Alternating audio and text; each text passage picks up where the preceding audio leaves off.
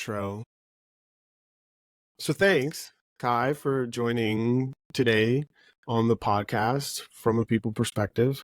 I'm your friendly host, Martin Hauck, and today we're getting a chance to sit down with Kai Algar. Thank you for so much. First off, for the folks that don't know, Kai's been instrumental over the last few years in terms of like helping run the community behind the scenes and running some of our events and some of our strat planning sessions and stuff that's not even coming to mind. So if you've been to an event before that you've had a blast at, it's likely a huge part of the heavy lifting that Kai's done. And on top of that, you're a people person. You've been in the people and culture building space for quite some time. And so we met up at an event, I don't know what feels like many years ago, but it's like only a few weeks ago. And we were like, hey, we should do a podcast together, as you gave me a kind ride home because I wasn't going to take an Uber at that point. So that's the introduction.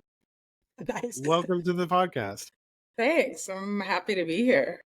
I think we got to talking about a lot of different things, so I think that's why we're saying, hey, maybe we should just record one of our sessions. Yeah. What like there's always goes in some interesting directions. So I sort of provided my kind of high level take on you and the what I know, but there's so much more to it, and we kind of talked about it sometimes, but yeah, for the folks, the whole purpose of this is to learn about other people. So would love to just kind of get a sense from you in terms of how you got to where you are. But first, we're going to do a few icebreakers because I'm obsessed with them.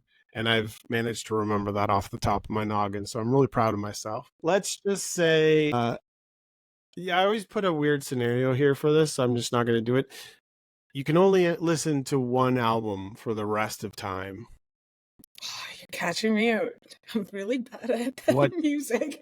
Okay. No, that's fine.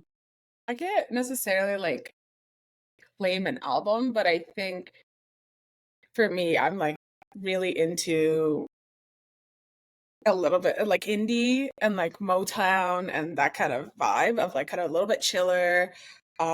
Helps me think, but has like a lot of meaning, and it's like singer-songwriter. It's not like overly produced. Okay.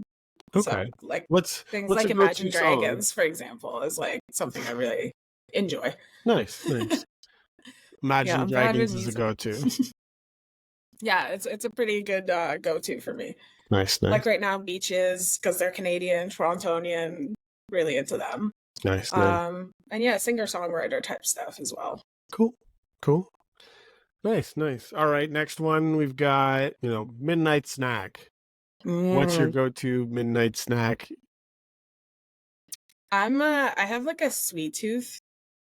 So I'm very much on the candy and things like that. But I will say I'm very into almonds. I think I like to pair sweet and salty together. I don't like them as the same thing. Do you know what I mean? Like I don't like them the same, but I do like them separate. But I love like midnight snack is almonds. So easy to just grab a handful and like walk away. Yeah. And then for sweets, I'm just a candy person. I like sweets. I like yeah. What's your take on Skittles? I love Skittles. Okay. Yeah. No. I don't eat the purple ones. It's just like there's like just a bag full of purple Skittles that I like. My wife usually will eat for me, but she's not a sweet person either. So like it's just kind of that's what I eat. I'm weird with purple things. I don't eat purple food. Which is strange because you've been so helpful to the people group. I know. Yeah, and it's like we're obsessed with purple. No, the Skittle, so it's the purple, like the grape. Yeah. The grape Skittle. Not because there's other bags, right? There's the green one and then the light blue one. Like there's like different flavor profiles, right? Like they're okay, but honestly I like the original, and I mean I think everybody loves the same ones, but like green and red are the best ones. Oh my god. And then I'll tolerate the orange and yellow, but like I just will not touch purple. Yeah. That's fair. I'm a very particular person. No, if I could just buy red Skittles by themselves, that's it. Yeah. It'd be dangerous. It'd be very dangerous. This podcast brought to you potentially by Skittles. I'll reach out. They're the #1 selling candy in the world. Did you know that? No, I didn't know that. Yeah. Like just for like the brand that owns Skittles or just Skittles itself? Skittles itself. Like, No way. yeah. The Really? I would red have pack thought. is like, if you can't get that in some remote area of the country or the world, you're very remote. Wow. Did not know that. I Yeah. guess it's not that hot take. No. It's okay. Sweets, cool. Sweets, music, and I guess biggest sort of like overall pet peeve,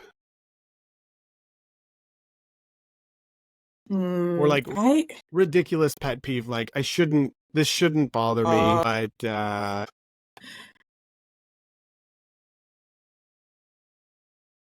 I have so many. I think for me, it's like little things that are like inconsiderate. Like I find very inconsiderate. Like it's like if you don't, clean up after yourself. Like if you're in an office and people don't like put away their dishes or like help out in some way or clean up after, it bothers me so much because it's like, why? Why are you feel like the entitlement to just leave your things around? I'm very like very neat for the most part. Borderline sometimes OCD. So I think like cleanliness and things like that, like if you clean up after yourself, make sure things are tidy, that helps. Yeah. That's no, we know this about each other, but we're playing from many a similar playbook on that thing. Like Skittles. The Skittles. Now that we've covered the really super serious stuff, let's dive into how did you get here? How did How'd you end up in tech / people and culture? Was it what you wanted to do right from the get-go? All that fun stuff. What's your story, Kai? I consider myself career fluid. I think I have a very non-linear looking career path or experience. If you were to look at it, I think it's confusing to some people. But I started out going to school for business. I really enjoyed that. I did accounting as well, but then I transferred for interior design. Got my real estate license, did a boot camp for UX. I have pretty much studied a lot of variations of things.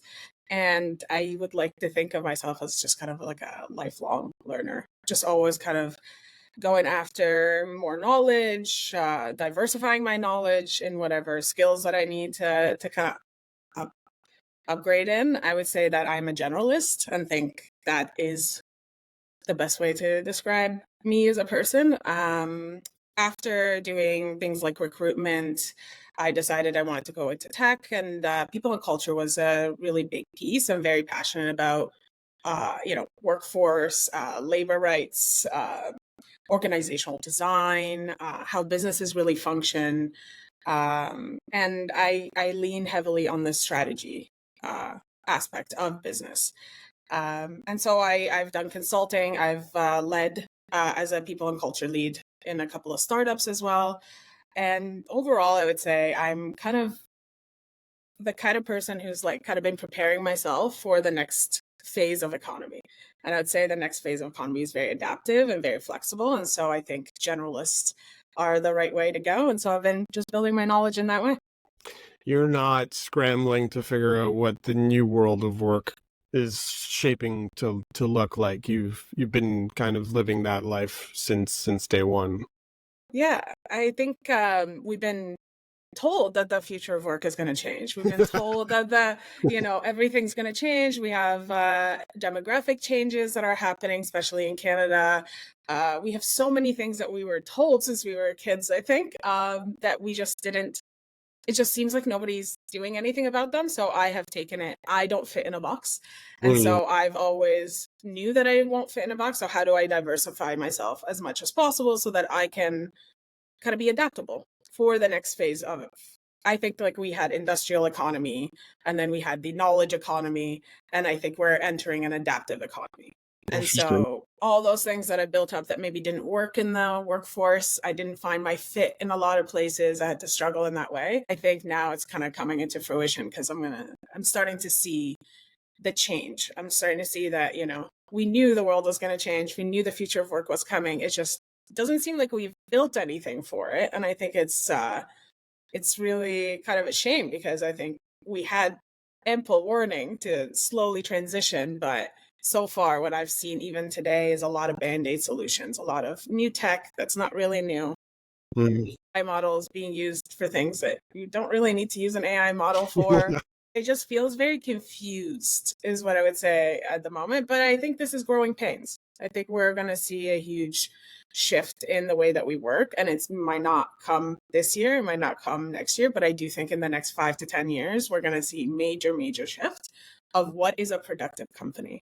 How do you actually organize your talent force? How do you manage your talent force in a way that is good for them and that is sustainable and that isn't harmful for the place that you work or the community or even the planet, really? I think people and planet mixed with tech is going to be a huge, it's going to have to be considered when we're building the future of work. Well, we've been building global companies Hmm? for a while now, or the idea and concept of like it's hit, peak global almost, right? Where Hmm. it's just like, yeah, so that makes a lot of sense, I guess. And not to say like, okay, we got to talk about everything in the past or anything like that, but because you've brought us to the present, which is great. What I like kind of diving into, just for the listeners that are looking to you for inspiration, whether it's they relate to, having a fluid career path Yeah. or whatever, I guess maybe just kind of like highlight some of the big sort of key moments or like the highlight reel of some of these changes and what you learned. Like it's super interesting to Mhm. go from like accounting, so why did you choose that, and then Mhm. how'd you wind up in real estate, and help us understand like the threads, because zooming out it might not necessarily make sense, but Yeah. it makes complete sense to you, Yeah. and I'd love to get a sense of that clarity that you have. Yeah, for sure. So when you're growing up in school and everybody always tells you, "Oh, what are you going to do when you grow up?" It was always kind of like the biggest question for me where I could not choose. I considered health sciences and medicine for a while because I thought, I was very much, I like science and math and I was good at those things. So I thought, okay, I'll go down the science path. But having I had family things that happened where both my parents were sick. I spent a lot of time in the healthcare system, just kind of getting to know it and realize that's not for me. I don't think I can work in that kind of environment or in that kind of pace. So I decided to go down the business route, kind of on a whim. I'm not gonna lie, it was kind of like a last minute thing. And when I went into business, my first major was in real estate. I Okay. grew up moving around a lot. My dad was an architect, so I also grew up around a lot of design and homes, and so I really had like I would say I grew up in like open houses, just kind of going around with my parents. Because of how many times we've moved. And so I grew up kind of like with this sense of home as being such like an elusive thing for me because I never really got to build roots. And so I always had an interest in it. I followed the real estate market since I was 13 years old. Uh, Wild. yeah, it's just like because it's math and numbers, but also creative and design. And so it helped both sides of, if there is such a thing as two sides of your brain, Yeah. which I think we're already realizing there isn't. But basically, I have creative and kind of technical Hmm. parts that like make me happy. So I just kind of wanted to pursue the things that come easier to me and I find interesting because I find fun with myself with a lot of learning disabilities that I do have, just being on variations of the neurodiversity scale. I didn't know the words for it back then. I just Hmm. knew that it wasn't built the Yeah. same. And so I was like, well, these normal ways don't really work for me. What are the things? It's like when I'm interested in something, I tend to dive a lot deeper in it, like full force. And Yeah. so I thought, let me find things that I'm interested in. And if I find it and it's interesting for me, then I probably will be better at it. Mhm. And so I just kind of went down that path. I liked it for a bit, but then I wanted to switch schools and there wasn't a real estate major. I've always liked, like I said, math and business. So I wanted to go down the accounting route. Um, But as I was doing it, I realized university is not necessarily the thing for me. I don't think it was structured in a way where I learned best. So after 4 years, I just decided I wanted to go to college after. And so after university, I went and studied interior design. And it was some of the funnest like schooling I've ever done in my life, I would say. Learning how to draft, just understanding color theory, furniture history, like that's definitely down my alley of things that I find interesting. And from there, I did work placements, and I did some kind of co-op opportunities with some designers in Toronto. I even worked on an HGTV show, like with a designer that had an HGTV show. So I did a lot of Nice. the background stuff like sourcing and managing sites and things like that, which was very interesting. No way. But I realized the industry wasn't really the one that I wanted to be in. I think I wanted something a bit more progressive, and it's slow, right? Things like interior design and projects like that, it's like you get one client, you spend a lot of time with them before you actually see a project into fruition, and it just depends. It just wasn't as it didn't move at the pace that I wanted to move at. And Mm. so I decided at the time out of school, I got my real estate license, and I decided that's what I'm going to do because it kind of combined a lot of my interests in one place, and it didn't have a ceiling in terms of earnings, which when you come out of this much school, you have a lot of debt. Having no cap on earnings was very important for me. So yeah, I went down the path, realized that, as a 24-year-old, not a lot of people took you seriously as a realtor or as a real estate agent in like, especially in like, houses and the cost of them. They don't really trust you the same way. Yeah. And so I realized I was like, I need to find my niche. And that was like another obstacle that I had to kind of get over. And finding my niche was, who are the kind of people that I want to help? What kind of skill sets do I have that make sense? That I can apply anything that I've learned. And I realized that I liked working with creatives. I liked working with investors and first time buyers. And so I really Mm. wanted not necessarily repeat buyers. Those weren't necessarily my clientele. And so I realized that I also have design and it needed to be more aesthetic. And so I went down the path of selling lofts. Okay. Specialized lofts. So those are converted buildings. Basically, they used to be commercial buildings that turned residential. So a lot of brick, a lot of concrete, big windows. So they were very stylistically um, comparable to in terms of the design Mm. aspect of things. But then at the same time, the people that would enter that market is usually creatives. They're not looking for 2-3 bedroom houses or 2-3 bedroom condos. They're just looking for a place to live that they can be creative, has good light, that kind of stuff. So Yeah. I found my niche client and I found my niche product. And so I decided, okay, this is my area of expertise that I can gain a lot of knowledge in. And so I just dove in into lofts all around Toronto. Did that for about 5 years. But kind of near the end, I realized I really like to work with people. I wanted to work as part of a team. I'm more of a team player. Even when I play sports, I always played team sports. Mm. And so I'm very much about the collective than I am about the individual aspect of things. Um, so yeah, I decided I needed to go and explore something else. And so I actually, that's when I combined my accounting background and I went and worked for CPA Ontario, which is a designation for accountants. And I worked in the mentorship side of building mentorship programs and connecting students with alumni and people that are experienced to gain those technical competencies, but also the soft competencies that they're not getting just out of studying. Yeah. And then on the other side, I also then went down the route of recruitment. So that's when I started down the recruitment path, joining that team. Nice. So that's student recruitment at the time. Yeah. So from there, I wanted to study UX. I thought it was interesting. I always wanted tech. I thought I belonged more in a tech kind of culture. Yeah. But after I studied UX, I realized I didn't actually want to build product as much as I wanted to apply it to people. I thought, it had very similar like employee experience and user experience. At the time, it wasn't like a big thing. I couldn't find a lot of literature on it. And I don't think a lot of people were really thinking about the workforce in that way as employee experience. They're just kind of like, oh yeah, like there's just starting with culture and think that, ping pong tables and things are all that you have to do, versus it's like understanding the journey, applying the same exact concepts that you would use in product and in user experience, but apply it to the employee experience journey. And so once I started thinking about it in that way, after I finished my education, I kind of wanted to just go into tech.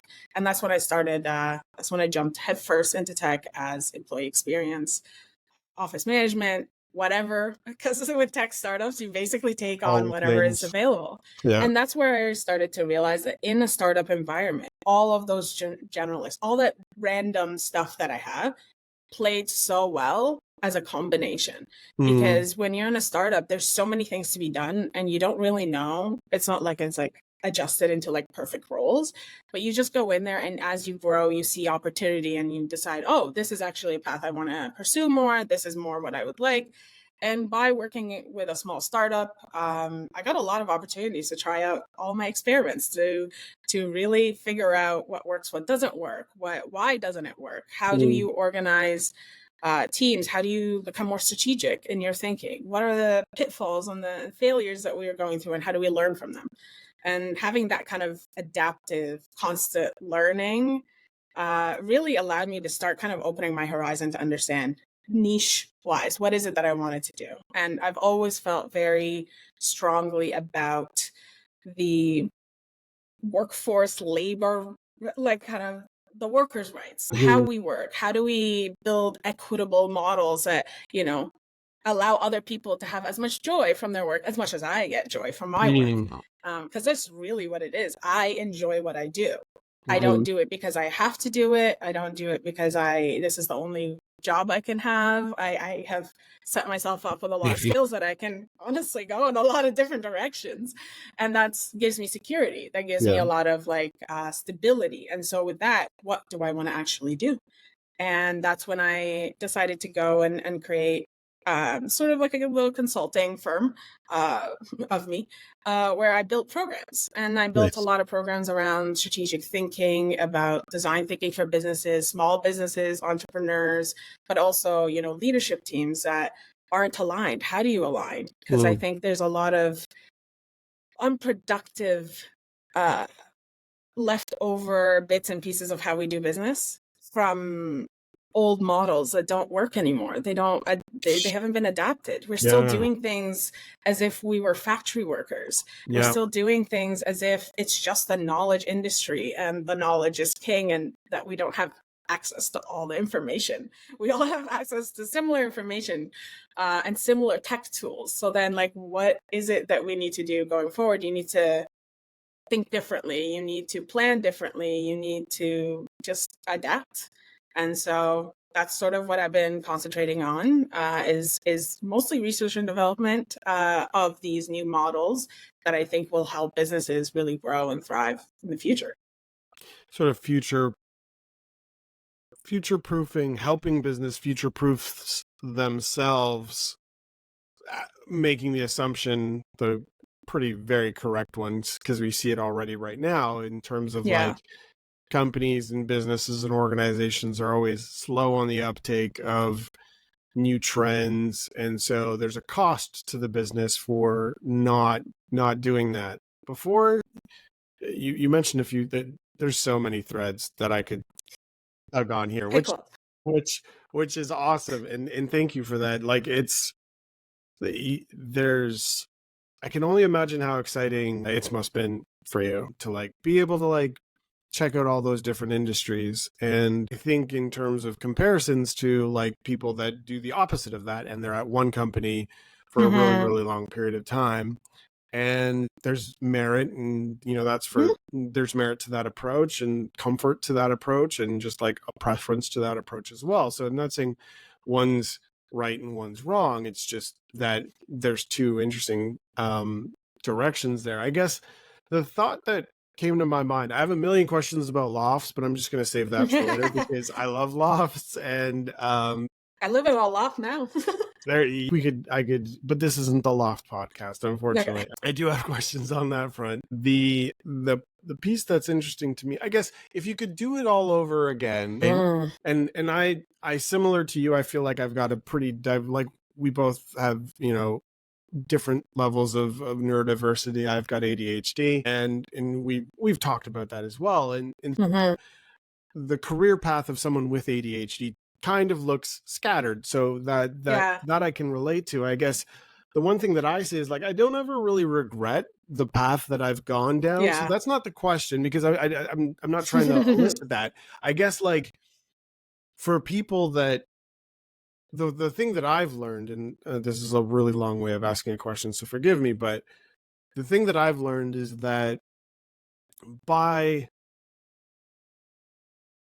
going through riskier things with my career and just trying out more things, it's enriched me, right? And to your point, right, like, it's your adaptability and all the things you've learned. You're now this, not only a generalist. I think generalist is like a good, obvious, well-known word to describe it, but you can go deep on a lot of different threads, like nobody's business, versus generalist kind of means that, like, you know a few things about a lot of different things, versus like you know a lot of things about a lot of different things, and it's a different type of generalist, I guess. So I guess the real question is, if you could go back, like, are there things that you do differently now or do quicker now, because you almost know that you almost know by nature of your track record, or my track record, that, like, the next 3 years is going to be completely different from the last 3, right? So I guess what I would love to hear your take on that. I mean, I think I wouldn't necessarily say I would change a lot of things, because all those things build on each other, right? Like, without, it's like a butterfly effect. It's like, what if I didn't do this one first thing that I thought was a horrible mistake and like a waste of money, a waste of whatever, as like, if I didn't do that, would I be who I am today because of it? And so if we put that aside and if I say, hey, okay, like, what are things that I've learned that if I were to go back, I would do differently because now I know better? I would say things like, my personal opinion is, I don't think education is being done correctly at all. I would say that I gain more from self-education and micro-learning on my own than I ever did from the tens of thousands of dollars that I had spent at university or institutions. Some things, 100%, I do think that you need that. Like, it's good to have that. The cohortness, the collectiveness of college, I would say, was the thing that I gained the most. Is like having people to work with, people to learn with. That was really cool, but only for the creative bits, for the things that, like, we were exploring, we were brainstorming, things that made sense to see other people's perspective and how they approach something. That in itself was a learning experience I wouldn't change. But would I go back to university or go to this structured model of, I need a certificate, I need some kind of, I don't believe in that system anymore. So I don't think I would go back. I think it slowed me down. I think it didn't really provide me, honestly, with that much. I drove my professors nuts as well, because I questioned everything. I didn't believe in a lot of things, like, especially my economics professors. I would say absolutely just, I didn't understand them all. The things that they were teaching me, I didn't believe in, because I'd read other things outside of it and be like, this doesn't make sense. But it sounds like you cared deeply, though, right? Yeah, I did. Because you wanted to know, I wanted to know. I wanted to know the truth. I wanted to know the real facts. Like, what is it that I can really learn and be like, I can depend on this knowledge? And I didn't find a lot of it in university, to be honest. So I would say I would probably not go back to that. That's not the kind of learning environment that made sense for me and for what it is that I wanted to do. So that's one of the biggest things that I probably wouldn't do. The other thing is more of a mental thing. I think I doubted myself a lot, because the whole world, it tells you that this is the way things are. You should be doing these things. If you don't fit in this box, it doesn't work. You have to act this way. The bureaucracy of working environments and corporate and that kind of stuff. And also the other side of, like, failure. It's like, oh, you can't fail. Failing is so bad. Like, you have to make sure that you remove all and every barrier and everything, so that you are very sure and don't take risks, don't do these things. And all throughout every decision I made, I think I second guessed myself a lot because of the pressures outside. I think what I have now, that confidence and, like, I know what's good for me. And I will build, because I know who I am. I think that self-reflection piece that took a lot of years to get to is everything. understanding who I am, understanding my strength, understanding my weakness, being honest with myself about it, holding myself accountable to it is also something that I don't think a lot of people spend too much time doing, which would benefit them way more than any kind of certificate or graduate program you could do, in my opinion. This is hilarious because just before this podcast, I was talking to a friend I used to work with at like 5 companies ago, and he wanted to chat with me about his friend's business idea. And Yeah. her idea, talking about what you like, finding a way to teach people how to like really investigate self-actualization sooner in a person's career.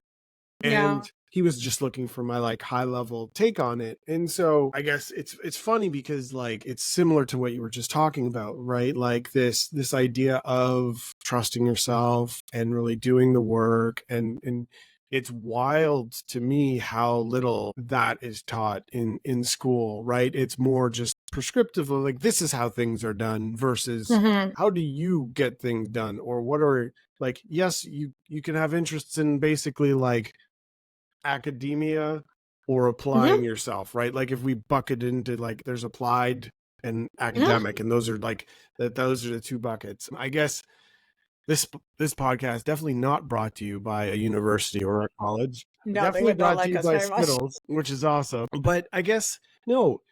So I'm actually kind of curious to like present this like challenge that they have, because my take to them, well, regardless of like, do you think companies are ready to shift how they train people, how they hire people, to the point where as it almost prompts the individual to really second guess their entire, like if you've never really taken a step back from your career and all the plans, and let's say you went through university and now you're a UX designer or whatever, right? But you never really took a step back and you just went with the flow and you followed it for whatever reason, like it's a little bit problematic for a company to say like, hey, we're going to help you like figure yourself out while you're at our company, knowing that that's going to come at the huge cost of you likely figuring out that you don't want to be a UX designer or whatever the case might be. I guess that's a icky problem to solve. What's your take on it? So I think I have a couple of things that I want to mention first. First, I believe that the reason that we're not set up this way is on purpose. I think the reason that we are not given this opportunity to really explore ourselves, really understand what it is over time, because we change. I'm not the person I was when I was 18. I'm definitely not the person I was even 3 years ago. So like we're evolving, we're constantly evolving. And so to understand what I needed then is not what I need now. So it's a continuous improvement type of cycle. And I think that is not built into the system on purpose, because they need us as a system that we've created. You need to be a brick that fits so they can build upon you with other bricks. If you don't fit in that brick mold and you decide, I want to be, like an odd shape boulder, like they're not going to be able to use you. They can't utilize you easily. They can't fit you in a box easily. So I think the system itself is built in a binary way on purpose, because it was built originally to make factory workers. Then it was built to create academics that can just dive deep into one topic and know, I'm a UX person. Like, what does it mean to be a UX person? That's not, I think jobs and roles are going to change immensely in the future, that if a company's still looking for a UX person, you're doing it wrong. What you're looking for is somebody who can do what exactly? What is your actual job to be done? What is it that you actually need in the future? Because UX has so many skill sets within it that it doesn't really matter what the job is. You're looking for people who are skilled, not people that are experienced. And I think that's the difference that we need to start thinking about. Like, for example, a LinkedIn page makes no sense to me. I don't really care. I don't really care where you've worked. It doesn't matter to me. It doesn't matter to me what education you have. I want to know, based on you, what you want to do, what brings you joy, what are you self-learning, what are you self-developing in, combined with what skill sets do you already possess and how like, are you at the top end of that skill set? Are you still developing that skill set? Are you like preliminary but need help? Like, if you are self-reflective and know who you are and know what your gaps are, that is so much better to me. And if you're a self-learner, then anybody who comes in with like this giant resume of things on the list, because after hiring so many times, I've realized that's not what you look for when you're a recruiter. To be a good recruiter, you're actually trying to figure out that thing that fits that gap that you have. And I think companies are saying, how are we going to do this? What if they leave? First, the company needs to do the same thing. The company needs to do self-reflection. I think that's something that's missing. We don't look at a company itself and be like, is this what you want to do? What is your mission? Where do you want to be? And is this the right structure for your company? What is it that you want to work on? And what are the actual problems you're trying to solve? And if you figure out what your problems are going to be, then you could break it down to figure out what kind of team do I have? And then you could look at like, what are my gaps? And you can move somebody around. Like, for example, I think one of the most underutilized job roles is a support person. Customer support is so underutilized in every tech company I have ever worked in. And the reason being is like, they don't understand the kind of skill sets they have. They think it's an entry level role and then you just stay in it forever. There's no growth. There's nothing that they can do because you're just a support person. But to me, I'm like, a support person makes an excellent product person. They know your product more than anything. They can do user research like nobody's business because they talk to your customer constantly. Yeah. They know what your pain points are. Also, they can be excellent customer success. They can really help implement new tools into the customers. You're not utilizing them correctly. Just because you do support does not mean that you can't do these other things, because there's a lot of relatedness to it. And it's the same thing with marketers. People forget that marketers could be product marketers. They could be different kinds of marketers. There's content is writing, yes, but it could be creative in other ways. Creative people are creative. And if you just harness it as like, I'm a creative in writing only, is not true. You're a creative thinker. In order to be a creative person, you have to be a creative thinker. And so you can use them in a lot of different things. Yeah. And so I don't think we're utilizing the working force right now. The workforce that we have is not being utilized correctly, because we keep thinking that it's tech is going to be the future. A lot of companies are laying off their people because they're like, oh, well, jobs are going to be going away. Yeah. You're like, yeah, jobs as a whole are going away. We need to start thinking a lot less boxed in and a lot more unique. We need to look at the individual and the individual talent and see what their unique talents is. Look at your own needs. What are your unique needs? And fit the puzzle together to make a good team. That's how you actually build good, resilient teams, instead of sticking them into a box and be like, oh, well, I no longer need UX, or this person doesn't actually want to do UX, so then I don't need you. That's not actually how we should approach it. You should look at yourself, actually do some self-reflection for your company, for yourself, for your future, all that kind of stuff, and then fit the pieces after. No, that's that's a bold claim, unfortunately, but yeah, it's radical. it makes a lot of sense, like preaching to the choir, I guess, but that's not necessarily helpful, because you and I both agree that this is not the majority of people who would listen to this, or the majority of businesses that are operating right now. There is this like pretty heavy friction point with like, no, we need bricks. We need people to be bricks. Please stay being bricks, right? And that's it, because it's anything otherwise is inconvenient for the capitalist system that we live in at the moment, right? But the capitalist system, I think we're already seeing, we already know that the cracks are very, very clear. And I think what happened is that we, as a person who's been in real estate and really enjoyed like the investments and like really breaking down the math behind it, especially the accounting piece, I would say what I'm realizing is we've sucked all the equity out of the market. There's no equity. Everything's valued at like 30 times what it actually makes, right? Like if you look at companies now, they're valued at an insane thing. If you look at real estate, the value is way higher than what anybody can actually afford. So unfortunately, the last 10 to 20 years, we've sucked all the equity out. So there's no more, in my opinion, there's no growth. You can't have infinite growth in a finite planet. And we've eaten up all the growth. Yeah. So then what is the future? The future is not in growth. The future is in quality. It's in sustainability. It's in continuously doing well. And so if you change your mindset away from growth is everything and instead look at they already capped. I think the big companies have capped. I don't personally believe in the big companies anymore. I think in the small to medium businesses. I think that's the future. I think we need to break down the monopolies because they can no longer grow. There's no more equity to be taken. So nobody wants to invest in them anymore. What they want to invest in is something that has the potential for sustainable growth, not crazy growth, not 10x growth. I think we want businesses that really build a community, that really build the individuals, that really are built on talent. And so I'm concentrating on that. I think my viewpoint is that's the future. I think these big conglomerates are there's nothing left for them. Where are you going to go? Where are you going to go when there's like 5 companies that own a market? There's not much. You just eat each other and then that's it. There's nothing left. Yeah.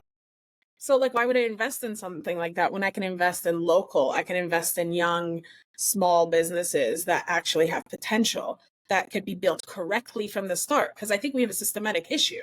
So instead of trying to fix the current system, I say, rip the Band-Aid off, build a new system. Because that I've tried a lot throughout my career to fix the system that exists, whether it's through DEIB, whether it's through just productivity, even profitability, like whatever lens you want to think of, it does not work. Yeah. In my opinion. Yeah. I have not found a lot of results or a lot of findings from my experiments there to say that it actually is doable.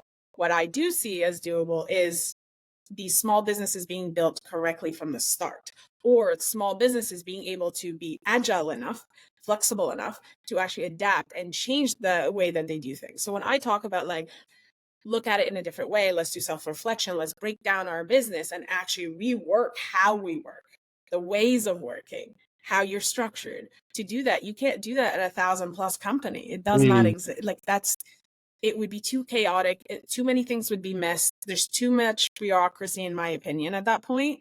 But give me a 50-person company, a 200-person company. They get harder as you get bigger, but it has potential for adaptability. Yeah. And I think the future needs to be adaptable because you have no idea what the market's going to do. And so you're better off being a flexible company.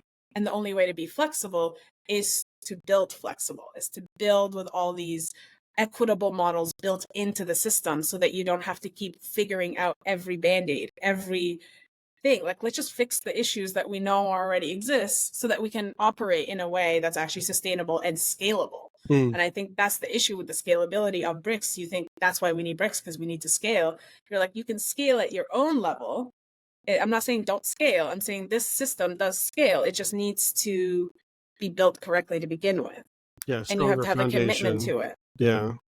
The foundation is everything. I think our foundation has crumbled under that system that I have no interest in fixing it anymore. I think I've switched my entire viewpoint towards, okay, how do we build a brand new system that actually works? That's yeah, this was a poetry club. I'd be like snapping my fingers a lot. But I also think that's the issue, is we think it's all a dream. We all think, oh, this is a nice utopian. We built the future. We are the people who make what the future becomes. So if we think this is a necessity, if we can do it in a way that's sustainable on paper, we can see it works, right? Because I'm not saying this, you don't need to wait for a government to change a law for that to happen. These models, like, you can just operate that way now.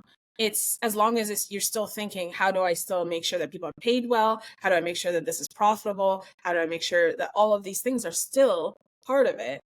Then what is the excuse other than this is just the way I know how to do it and I don't want to change? Yeah. Right? That it becomes like it's a choice, not necessarily, oh, it's just we can't do it. It's just a choice now. We have all the tech to do it. Yeah, it was as predicted. We knew we were going to get into some good stuff here. So I'm not disagreeing with anything. I bet. But I do have sort of like a contrarian question to pose for you, which is, let's assume these small companies that you're talking about grow. And you're not saying don't grow. You're just saying do it in a sustainable way. And so the thought that I'm having is, at some point, companies evolve and change with growth by nature of it, right? Like if you have a small dinner with 4 people, the quality of your conversation is going to be split up 25% between, Yeah. 4 people. And so everybody, hopefully, if it's equitable, will get 25% conversation time. Or maybe somebody wants to be quiet and everybody else gets to talk a bit more, and that person's having a good time, and everybody else is having a good time.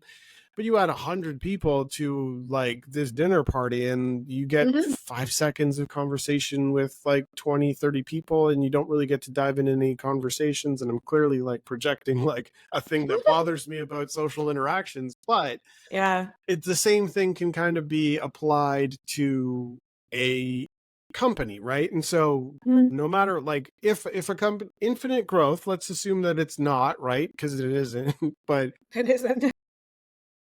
for this The math is not math. the math is not math. No. So I guess like how does how do you how do you see a company operating when it, if they've got these sustainable business practices, but then, the speedboat and like cruise ship example of like speedboats are small companies that can move really fast and drive circles. It takes much like a big company. It's like, okay, we need to turn 5 degrees left. Okay, so like I'm going to call 4 people in, the engine room to make sure that it's doing whatever. You get my point, right? So those are 2 very different things, and it's easier to like build from the start. But at the end of the day, if you get to the size of a cruise ship, you still have to like, it's going to take forever to turn, I guess, right? Or pivot. Well, here's the thing. I think the issue is that we build the cruise ship as one entity, right? Like you upgrade to a different model. What I'm saying is you start out, for example, like one of the things that I'm building right now is this new business model of how to operate, and it's based on basically squad model. We already know that it works for developers, right? Yeah. You have this sprint. You have a squad that works on a problem. They fix the problem. There's certain specs that they need to fill, but before they even get this project, there's somebody who's shaped this project, somebody who's done some research and really validated if this is the right thing for us to do.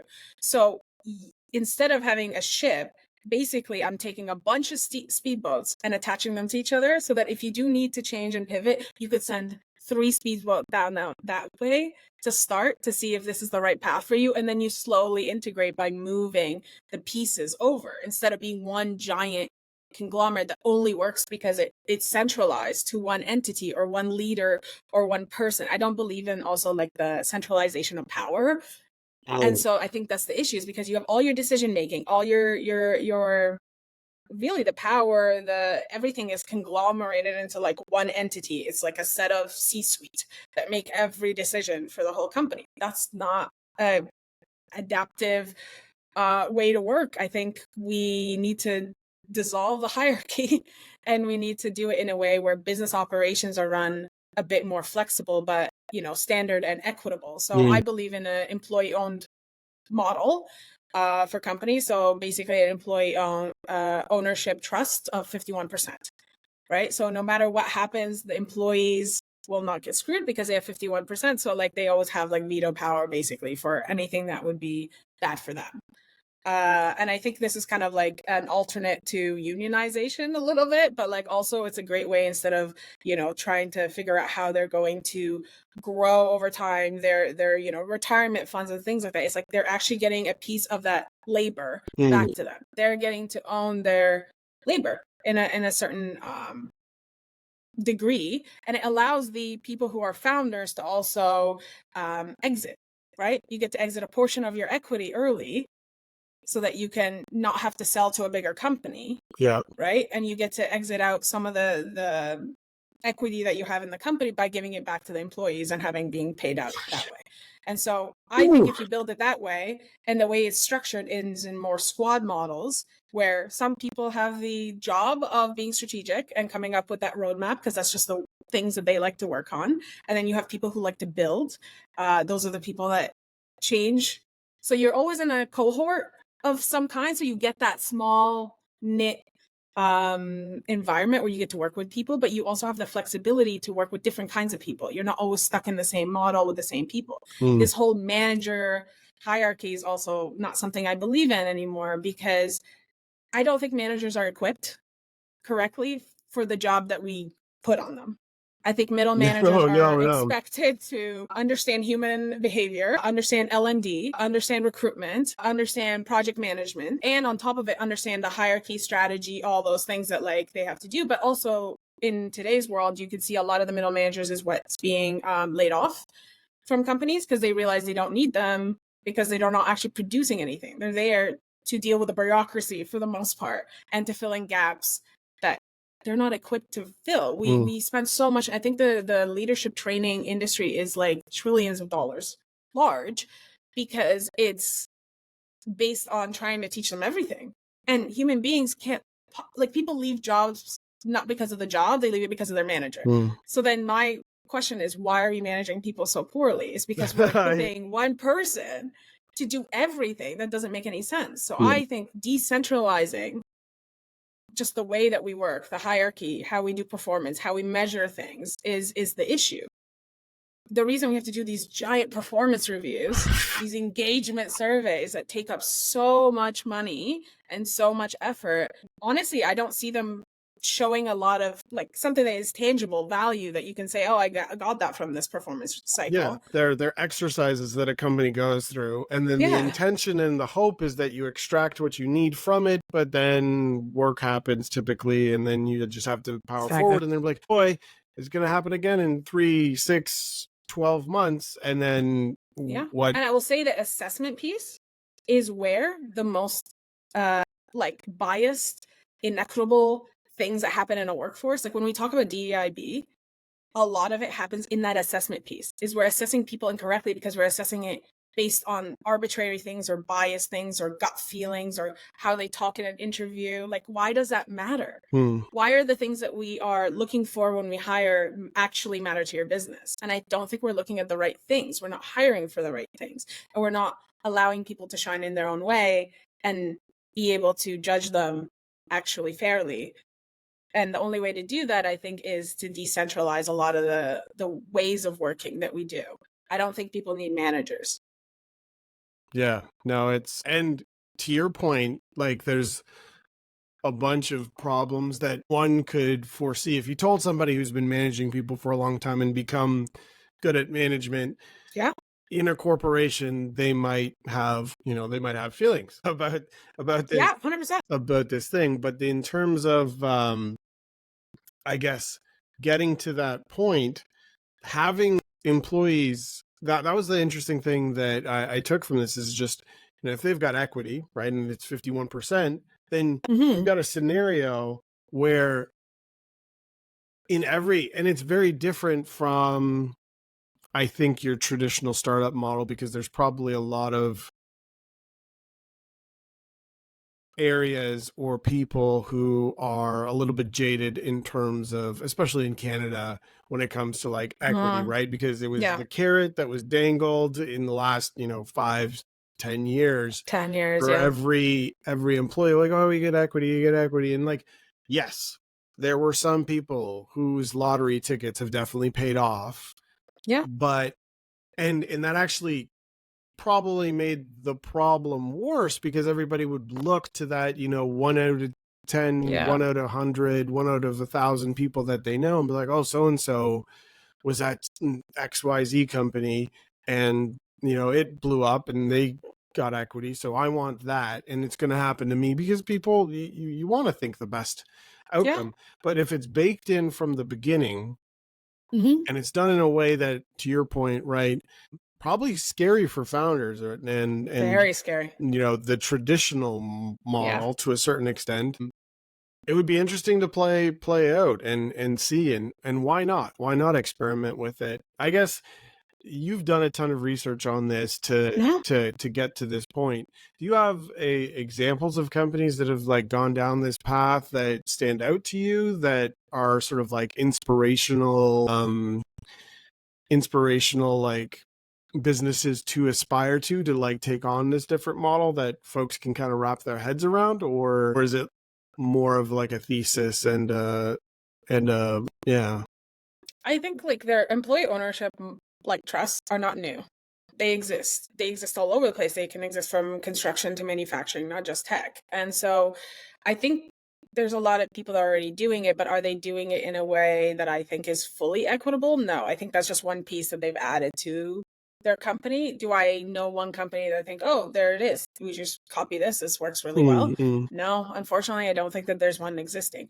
But I think the thing that's stopping people from going down that path is because there's no systems in place. When you're starting a new company, there's so much to be done. It is such a variety, and it's so actually pretty ineffective because you have to do everything, and you never know what is actually going to be the thing that you can press down on and be like, this is the thing. You're still exploring. You're still in that R&D phase when you're starting out from like 0 to 10. I would say employees, you're too experimental for me to say do an employee ownership model. Yeah. I would say once you get to the 10 to 50, that's when you should really be looking at it. This is the right time to build that. Yeah. Once you know that you can, what you need, the kind of talent that you have, and that what it is that your market is and what you can really build on, that's when you start building into this employee ownership model. But it's not just about that. It's how you divide out work. It's how you work. So how do you come up with what is the next thing that you're going to do for the company? That requires research, right? So while somebody is building something, somebody else should be paying attention to the research part. Somebody else should be like validating these ideas so that you can then give it to the builders. The builder doesn't necessarily want to do the research, and vice versa. So understanding people's different skill sets and their different things that make them who they are and what kind of talent they have will help you build those little pieces that then help you actually accelerate the model. And so, yeah, there isn't something in place, but I think it's because there just isn't a tool, or there isn't a system in place that can help, that, founders can come in and be like, you know what, I'm ready. We're ready to grow this company. I want this to be an equitable. I want it to run smoothly. I don't want this to become like a 2,000 person. I'm not trying to be $1 billion company. I'm just trying to build a good, solid company that can, give people good paychecks, give myself good returns, and just like builds and helps the community or whatever it is that your mission is. And I think that's really the way that we should be thinking about it. I see a ton of people that want to start businesses, but just it's overwhelming, because just to be a founder does not mean that you want to be a CEO. Doesn't mean that you want to be a C-suite, right? Like a lot of founders they have a passion, they have an idea, they want to build this company, but they don't necessarily are not going into it because of the hierarchy or because they're a know-it-all. And I think a lot of the companies that have been built before has been with very technical people. So you have somebody who's like a great engineer, who has a great idea, who can build that prototype, but then they need to hire, but then we're expecting them to also lead the company in a strategic way, in a business way, in a sales way. You're like, that's not, then they have to upskill in things that are not their interests. And then we're expecting them to be really good leaders. Just because you're a good technical person with a great idea does not make you a great leader. And I think when you're talking about all these leaders that are, might take offense to my point of view, it's not to say that there isn't good leadership. Is think about what is it about being a leader that you actually enjoy doing, right? And for me, being a past leader, past manager, I enjoy developing people. I like guiding them. I like mentoring them. I like seeing them grow. I like structuring things. I like, thinking ahead and making sure that we're thinking proactively. Those are the things about being a leader that I enjoy. It's not because I have power. It's not because I have this overarching thing. No, I will tell you, majority of people that are managers absolutely hate performance review cycles. Like they absolutely hate them, because it's like, it takes so much out of their day. It's very confusing. The structure that the company gives you is not clear enough. So then it's so subjective. They have to sit there. They have to make themselves do it. Not a lot of people look forward to it. Because that's not the part of management. That's not the part of leadership that they actually want to do. So I'm saying, let's look at the jobs. Let's see what are the things that they don't want to do. Things that kind of like, you have to like bring yourself up to actually do it and be like, why are you doing it? What is the actual root cause? What is the root value it's giving you? And then when you look deep enough through all the bureaucracy, all the band-aids, all the things that we placed, you realize that's not actually necessary. We can do it in a different way. And that way will be way more productive. It will make people happier at work. It will make you just more adaptable in general as a company. And I think that's the difference. Instead of a cruise ship, you have multiple boats that are linked together as a community, rather than a giant ship that is under one helm. When you talked about that, I was like, oh, I got to go on AI and get some image generated to match this like crazy visual of like all these like speedboats like somehow attached to each other, but can like detach and like work. And it's a really cool idea. And then my brain went to sort of this place of where does this exist in the natural world, right? Because there's It both, exists in the natural world. right? And so Exactly. how can we mimic something a bit more organic than kind of going down this path of, right? There's it's like right now we're building a tower that just leads to space, and at some point it's going to topple, right? And so there's And to have a tower, you need very specific structures that are only because you have a tower. yeah You need a giant elevator, you have multiple elevators, you need all these things like that you would not need if you just didn't build that way. If you yeah built a little bit flatter, if you build a little bit more decentralized, you won't need those other things that you waste a lot of money on and a lot of structure on yeah that make you slow. So you remove that thing that makes you slow. Everything you build when you're building up in that model adds risk to the thing that is unavoidable. And it's just like every time you're like, oh, a little bit, like it's like Jenga, right? Like every time you take a Yeah. piece out from the bottom, you're weakening the foundation and making it, and you're doing it to pursue growth. It's an But growth at interesting. what cost? Are you keeping any of the money? No, because you're Yeah, spending it on things yeah, that you don't need. And so like you go down this path of like, what is actually do you need? Like when I look at like investments, I think a lot of people are just kind of looking at prices, how much it went up, that kind of stuff. I don't really look that way. I need to understand the business. I need to understand how is their value? What does it actually bring yeah. that makes it valuable for me to give you money for it? Also, I don't look at like, oh, this is how much revenue is and this is how much they like earn. And like, no, I want to know how much your income is. I don't go by the measurements because I want to know downright what can you pay taxes on? Because if you're just wasting money, then you're not capital efficient, right? Then you can't pay your investors. Then you can't give. And when you make employees shareholders, that's the way that I was talking about. Yeah. It's not about them hitting it big. It's not about like, oh, now I'm worth $10 million because I worked for this company. It's about I earn like it's almost like I earn a dividend. I earn something all the time that helps me alongside paying very, very well because you have to also pay equitably. It's not Mm. a lot of those companies that we were talking about is that they switched in equity for pay. Yeah. They said we can't pay you what you deserve, but Yeah. we're gonna go heavy on the equity. It Yeah. was, and so you were exchanging, and it gets exciting. I've done it myself, right? Like Yeah.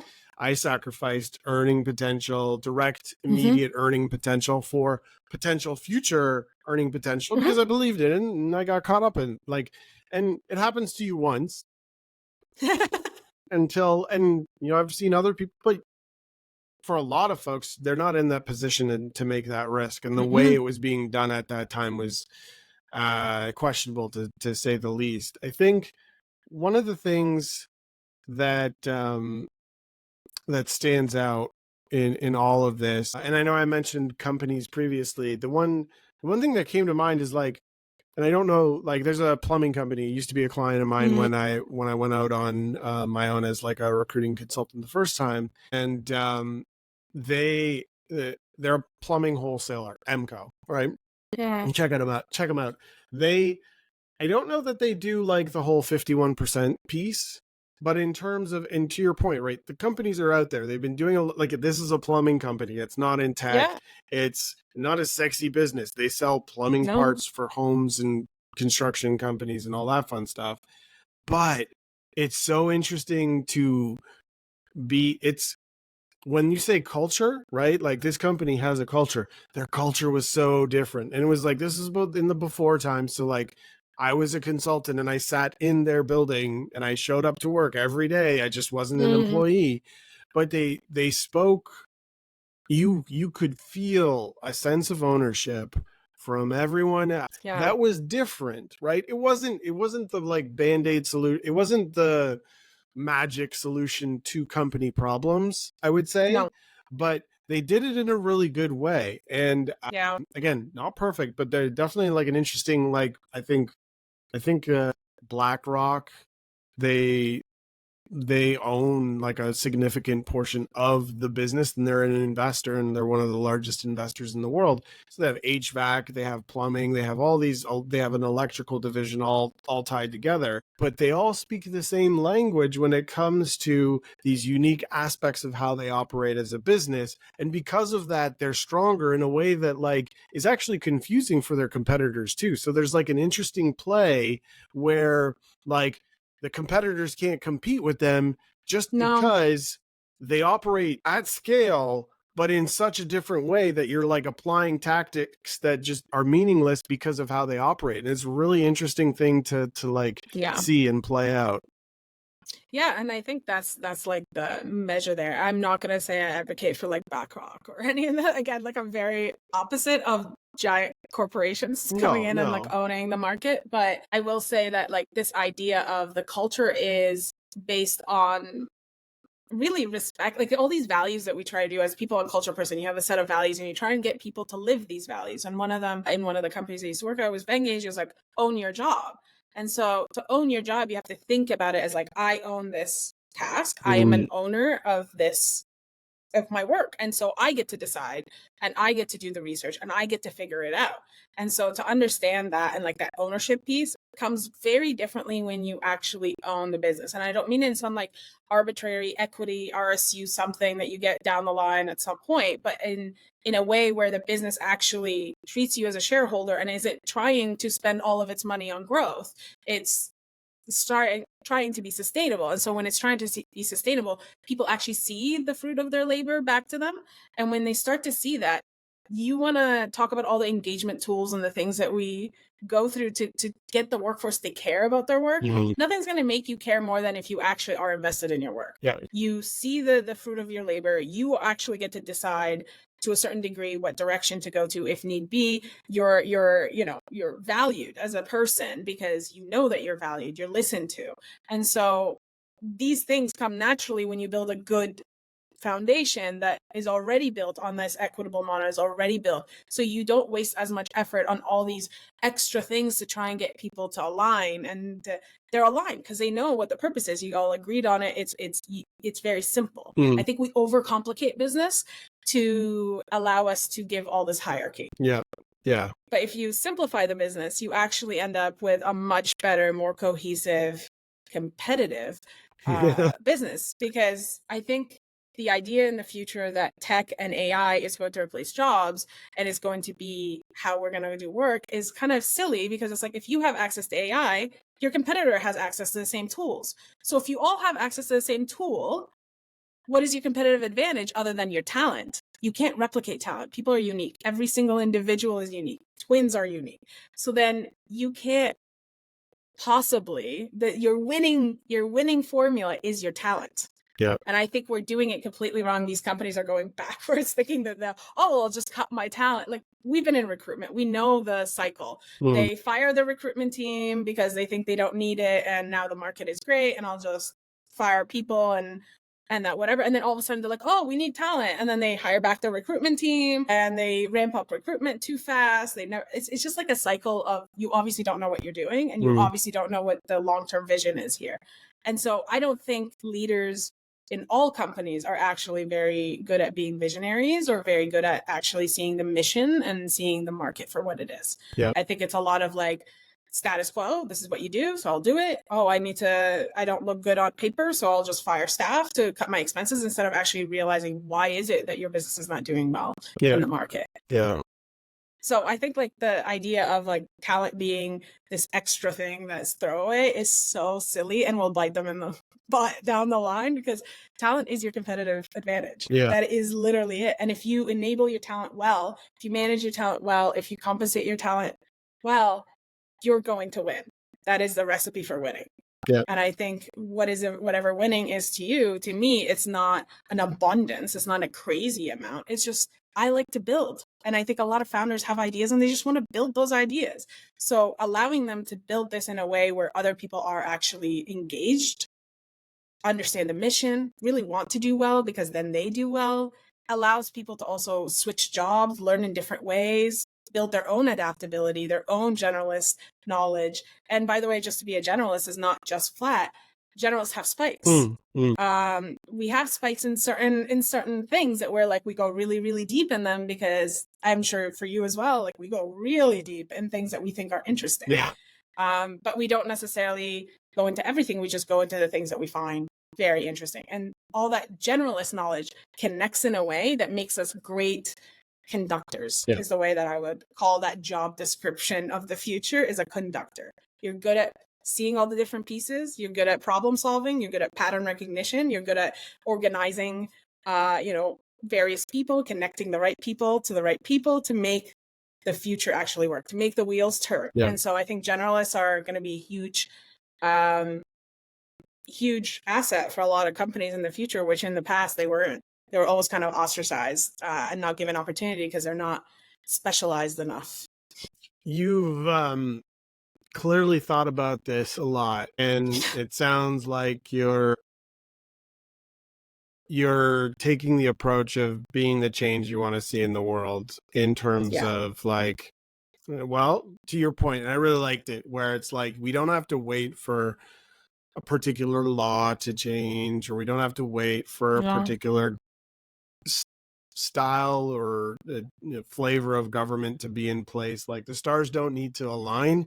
If you want something enough, sure, conditions might be easier if things were different, but you're not gonna change is not gonna happen if you don't start kind of chasing it down. So kudos to you for going down this path. I guess, speaking a little bit to the future for you, and without, I don't want to get into like any like nitty gritty details or anything like that, but like, you're clearly passionate about this problem to solve, which is what the books and speakers and TED Talks all talk about. Like, you have to be in love with the problem versus like the actual outcome. Like, and so that's kind of cool to see. I guess, what's on, like, what's the horizon sort of look and feel like? Like, there's, where do you begin, right? It's such a meaty problem. So where are you beginning? What are you thinking of doing as we wind down here? I think I've approached this kind of like a lifelong work. I think for me, I think of it as, how people used to be academics and they just study a problem and kind of approach it in that way. I think I approach it in the same way. I've been spending at minimum 5 years that I've been reading and researching and learning about all the different models out there, the different ways that people work, sociology, business, all kinds of different bits that I've collected over time, because there's already, collective knowledge out there, collective intelligence, that not everything needs to be new and you don't have to invent everything. I think understanding what's already out there and that people have, done great studies on, that you can't possibly do it. I'm taking all that knowledge and I'm basically trying to, in the future, like starting now on, I've decided that that's sort of what I want to do. I want to build the future of work. I want to build tools that allow people to have these kinds of businesses, because there's no tool for this. There's no human capital management or HRIS system or whatever that fits in this vision that I have. And I think, like I said, I'm pulling off the Band-Aid. I don't want to fix the current system. I think that's just going to take not appealing. 30 years to do, and I'm not interested in that. I think what we need, if it was 30 years ago and somebody started, great, but we didn't start.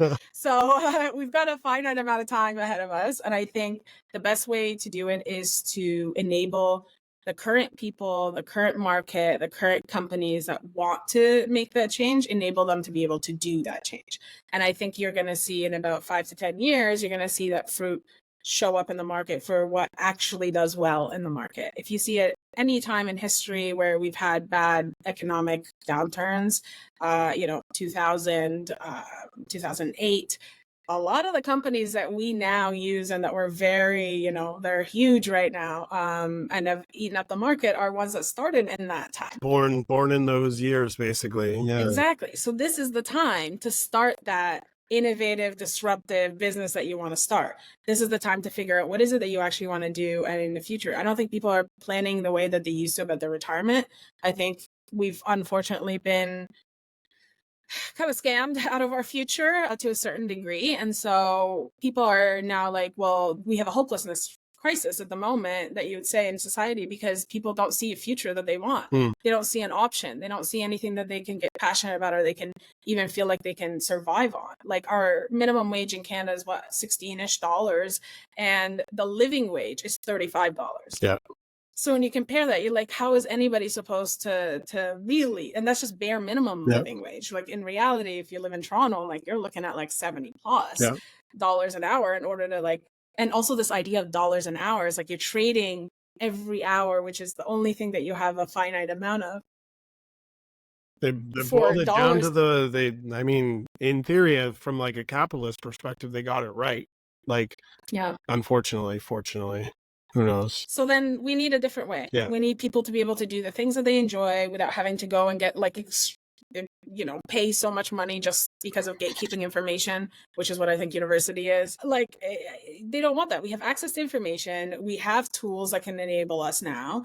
And it's just about building communities. It's about connecting people and giving them the right tools and structures so that they can just hit the ground running doing the thing that they like. So what I'm doing is I'm building those structures. I'm trying to get together with people that I think are brilliant, already doing amazing work. When it comes to generalists, like kind of idea and how we work, there's an amazing company called Generalists World that is working on that. That is, explaining that the future of work doesn't look like this, and how generalists can really optimize themselves because they are the future. There are great companies that are tackling the aging population issues and like the inequality with that. And how do we build communities so that, one person is not the only sole dependent, like, person that has to be dependent for so many other people that they have to like take care of, whether it's aging population or their own kids, and understanding that women have a harder time, and some women are very expert level, but they don't want to work full time. How do we allow people to work whatever hours make sense to them, take whatever time that they want? How do we build flexible models where it's not butt and seat? Right? Like that doesn't work anymore. We're not factory workers. It's about output. So then if that's the output, and it's about creativity, because that's not what AI can do, we have seen it is not great with creativity. It's only good for certain things. And so how do we use the tech we have and use the talent we have and build better futures? Because I think the new population that we have, the new demographic that's coming into the market, does not want this. You can see it. There's a huge clash between Gen Z and like the current business model does not work because they just don't feel motivated. There's nothing in it for them. There's no value proposition to the actual talent anymore. That's why they're not wanting to do it anymore. What are they getting out of it? A paycheck so that it goes directly to their landlord or goes directly to the grocery company. Like, it's for basic needs. So we need to build something where the employees actually win and the employees actually get a lot out of it. And the only way to do that is to do it in a way where they own their mean of labor to a certain degree, but also have a diversified way of working that fits all the different people, all the different things that they're going through their life, and isn't dependent on a butt in a seat. Wild. Always a pleasure chatting with you. And thanks for doing it in a recorded fashion with me today. Yeah, of course. For the folks that stuck around this far and are just like, oh, wow, I want to talk about this more, because I do, just being mindful of like the traditional listening and attention span of the podcast. But for the folks that are just like, I'm resonating with so much, I would love to, like, I imagine you would want to chat with folks like that, or can people reach out? Is there anything, are there any shout outs or call outs that you'd like to do? This is one of many chances, I imagine, to plug yourself, but yeah. I'm not really necessarily like building anything right now that I can, direct people to yet, but I am very much happy to have people contact me. I'm having conversations just to understand their pain points in their job, whatever it is. I'm building some workshops for some, young talent that have entrepreneurial desires, but just don't really know what is it that they want to do or how to get into and how to build that alongside having a job, for example, right? Because not everybody can just quit their job and build a product. So I'm kind of working on a lot of those things that I'm hoping to offer for free. So I would say, follow me on LinkedIn is probably the best option. Contacting me. I'm always happy to have coffee chats and understand people better and connect with people. But yeah, other than that, I'm not really plugging anything right now. Cool. No, thanks so much. Just happy to help. Yeah. Thank you, Kai, for everything, and thanks for this chat. Really appreciate it. Of course. All right. Beep-a-doo-beep.